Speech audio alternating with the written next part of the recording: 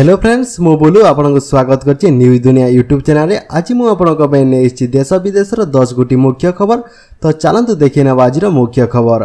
देखिबा पूर्व आपण जदि ए पर्यंत हम चैनल को सब्सक्राइब करि नाहंती तो तले दिया जितबा नाली कलर सब्सक्राइब बटन को क्लिक करिके पाखरे थिबा बेल आइकन को दबे ऑल नोटिफिकेशन दबे दियंतु। या द्वारा कोन हेबो कि मु जेबे भी नुवा वीडियो अपलोड करबी आपनको पाखरे पहुंचीबो सर्वप्रथम। तो चलंतु देखि नेबा आजिर मुख्य खबर। नंबर 1 डिसेम्बर मासरे प्राय अधा दिन बंद रहिबो बैंक। प्रतिथर भली एथर मध्य आमे एही मासर बैंक छुट्टी संपर्क रे सूचना देबु। मासरे क्यों दिन बैंक बंद रहुछि। डिसेम्बर 1 तारिख रे छुट्टी रहिबो, डिसेम्बर 3 तारिख रे छुट्टी रहिबो, डिसेम्बर 5 तारिख रे छुट्टी रहिबो, डिसेम्बर 6 तारिख रे छुट्टी रहिबो, डिसेम्बर 12 तारिख रे छुट्टी रहिबो, डिसेम्बर 13 तारिख रे छुट्टी रहिबो। नंबर 2 धान मंडी रे लगा जीवो सीसीटीवी कैमरा। धान मंडी रे दलाल को जगिबो सीसीटीवी। मंडी रु दलाल दूरै रखिबा लागि अभिनव प्रयास आरंभ करछि मालकानगिरी जिला प्रशासन। चलित खरीफ धान प्रक्रिया रे प्रशासन मोट 65 मंडी रे 7,50,000 क्विंटाल धान रखिथिबारु एही समस्त मंडी रे सीसीटीवी लगेबा सहित जो मंडी रे विद्युत कनेक्शन नाही मध्य सेही मंडी रे विद्युत कनेक्शन दिया जिवो। एने गतकाली मंडी उद्घाटन अवसर सूचना देछंती मालकानगिरी जिलापाल जेदुल्ला विजय।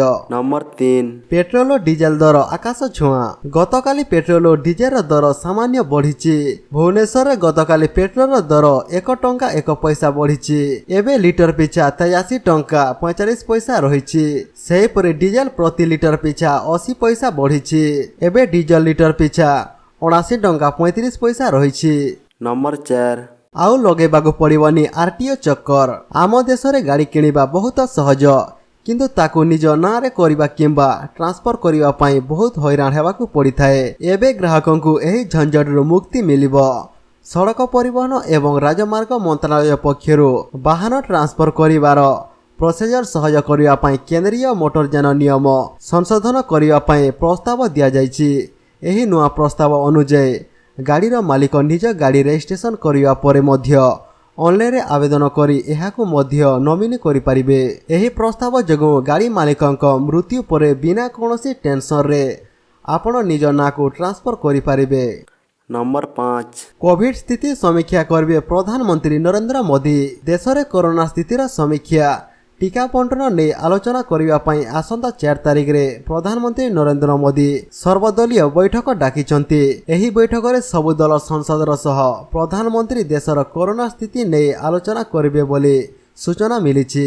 कोरोना महामारी आरंभरु भी केंद्र सरकार को अध्यक्षतार एक सर्वदलीय बैठक बसिथिला। 4 तारिख रे अनुष्ठित हेबाकू थिबा बैठक रे प्रतिरक्षा मंत्री राजनाथ सिंह, गृह मंत्री अमित शाह, स्वास्थ्य मंत्री डॉक्टर हर्षवर्धन एवं संसदीय व्यापार मंत्री प्रहलाद जोशी एही समस्त मंत्री जोग देवार संभावना रहिछि। हेले एही बैठक वीडियो कॉन्फ्रेंसिंग माध्यम रे हेबो कि समस्त सदस्य व्यक्तिगत भावे गृह रे उपस्थित रहिबे ताहा स्पष्ट होई नाही।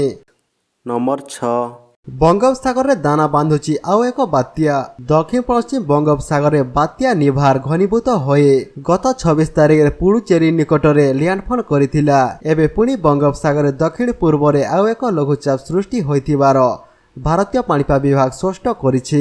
आसंदा डिसेम्बर मास 2 तारिख रे एही लघुचाप तमिलनाडु एवं केरल रे प्रभाव पकेबा नै विभाग कहिछि। एही लघुचाप आगामी 24 घंटा मध्य रे धीरे धीरे अवपात रूप नेब एवं परे एहा बात्यारे परिणत हेबो। नंबर 7 राज्य रे पुणी 5 जन कोरोना संक्रमितंक मृत्यु घटिछि।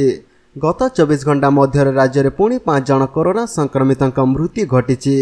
एहा फल रे राज्य रे कोरोना जनित मृत्यु संख्या 1739 को वृद्धि पाइछि बोली राज्य स्वास्थ्य और परिवार कल्याण विभाग पक्षरु ट्वीट जोगे सूचना दिया जायछि। विभाग द्वारा दिया जायथिबा सूचना अनुसार मृतक मानक मध्यरु खोर्धा जिल्लारु 3 जन रहिथिबा बेले नुआपड़ा जिल्लारु 2 जन रहिचंती। नंबर 8 दशम पास को पाए रेलवे चाकरी करिया पाए संपूर्ण सुजोग।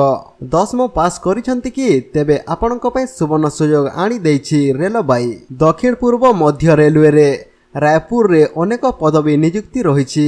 एही पदवी रे आवेदन करिया पाए शेष तारिख हैला 1 डिसेम्बर रहिछि। आवेदनकारी चयन बहुत सहज उपाय रे करा जिवो। पदवी संख्या 413 जन। आवेदन करिवार शेष तारिख हैला 1 डिसेम्बर। शिक्षागत योग्यता दशम पास करिथिबा नितांत जरूरी। एही पदवी रे आवेदन करिवा पई सर्वनिम्न बयस 15 वर्ष एवं अधिक बयस 24 वर्ष निर्धारित करा जायछि। नंबर 9 राज्य रे पुणी 809 कोरोना आक्रांत सुस्थ होइछन्ति। गतकाली राज्य रे 809 जन कोरोना आक्रांत सुस्थ होइछन्ति।